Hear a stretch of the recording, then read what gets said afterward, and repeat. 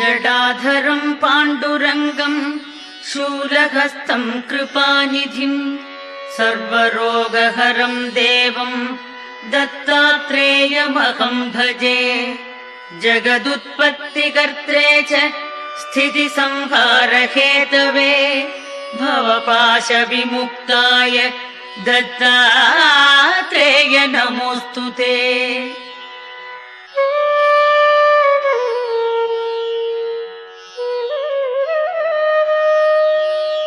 जराजन्म विनाशाय देहशुद्धिकराय च दिगंबर दयामूर्ते दत्तात्रेय नमोऽस्तु ते।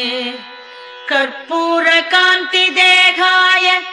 ब्रह्ममूर्तिधराय च वेदशास्त्रपरिज्ञाय दत्तात्रेय नमोऽस्तु।